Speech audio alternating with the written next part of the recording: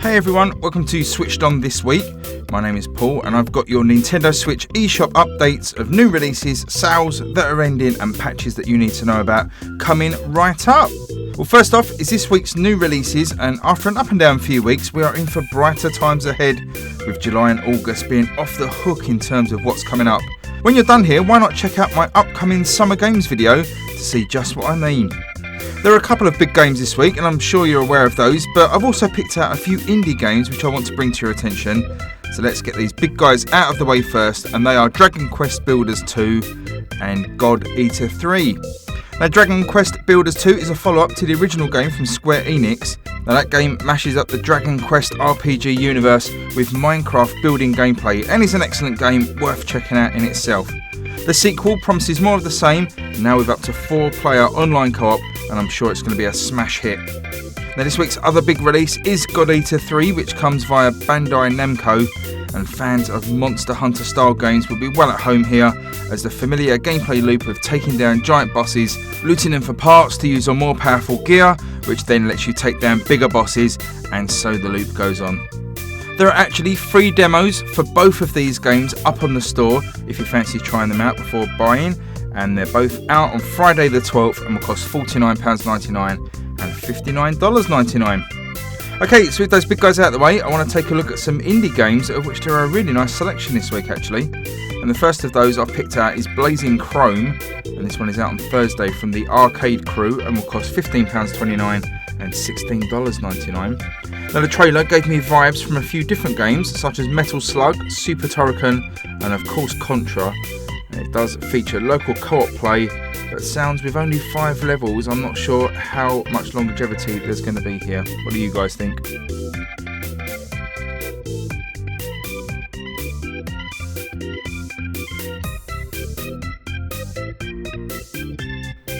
A couple of quick smaller looking games, and they are Mad Bullets and Mutant Alien Assault. Mad Bullets looks like a throwback to arcade light gun shooters of the past, this one having a Wild West theme. I'm hoping it has motion controls from the look of the video, and if so, could be a really interesting game to keep an eye on when it releases via Is Tom Games on Friday for £8.99 and I presume around about $10.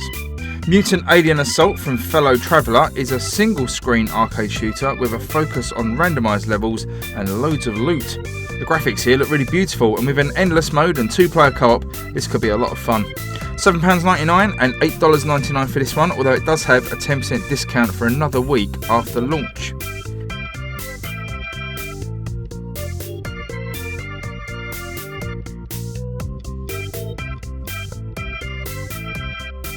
There's something a bit unusual for my upcoming preview videos, and that is a game that is actually out already, and that is Ziggurat. This popped up on the store from out of nowhere the other day from the excellent Milkstone, who are the guys behind Farm Together. And Ziggurat is a 5-year-old PC game port and is a first-person shooter dungeon crawling game which has the feeling of Doom or Unreal Tournament, but takes its main influence from an old game called Heretic. It looks really cool, and with a lack of good first-person shooters on the Switch, this could be worth picking up if you're a fan of the genre. £13.49 and $15 or so, and as I say, that is available right now.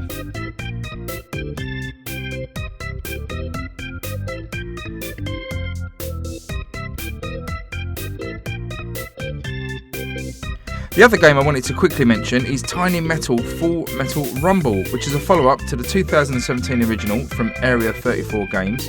This is a turn-based strategy game that takes its cues very much from Advance Wars. The original Tiny Metal was okay, but it kind of lacked that X factor. It did nothing wrong really, just didn't particularly grab me, despite me being a big fan of the genre. The sequel promises bigger and better gameplay, so we'll see.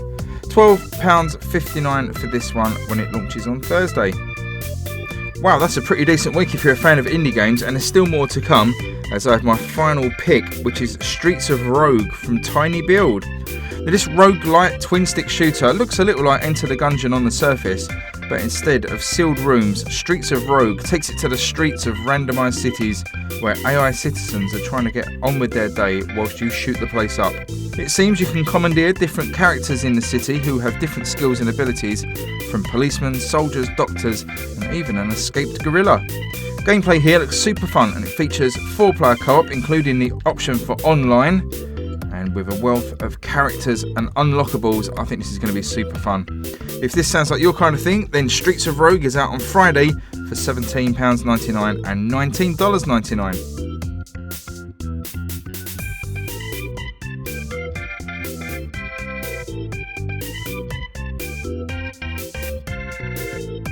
Okay, after all those new releases, if you still have money burning a hole in your pocket, then you may want to pick up one of the games that are finishing a sale this week.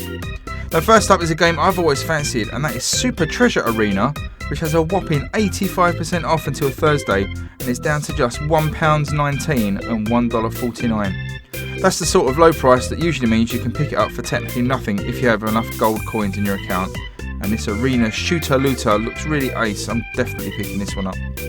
The Next Penelope is a game I think feels like a hidden gem, as much as I hate that term, and is also down 85% to just £1.69 and $1.99, and that's until Thursday as well. This is a futuristic top-down racing game, but with a sort of Greek mythology theme, so it just sounds really interesting, and again, probably be picking this one up. The very decent puzzle game Treasure Stack has a really nice 50% off, down to just £7.89 and $9.99. Can highly recommend this game, which was pretty good at launch but has had a lot of free post-launch content and support, and the new update brings about a price reduction for the rest of this week. Finally, I don't tend to do physical game sales as my videos are mainly focused on the eShop, but right now you can pick up the really underrated Sushi Strikers from Amazon for just over £10 in the UK and $17 in America, which is a crazy good price. Check out the link in my description for more details on that offer. There have been a few patches dropped recently that you may need to be aware of. Firstly, Trials Rising has had a slew of fixes in its 1.0.6 update, so make sure you look out for that. The quite excellent racing sim MotoGP 19, which I reviewed this week, check out the link above, was patched to version 1.0.1, which I do mention in the review, but in case you've missed it, please update that because it does add in an excellent new mode as well as some AI fixes. Farm Together is a game that's patched a lot on the Switch, and its most recent 8th patch brings about a whole raft of changes and new features, so it's definitely worth picking that one up again and checking that out. If you like this bumper roundup video, then please subscribe and like below, and be sure to check out my ongoing series of Terraria on the channel. I've got loads of other content going up this week, so please stay tuned. But until next time, stay switched on, and I'll see you again soon. Cheers guys, bye bye.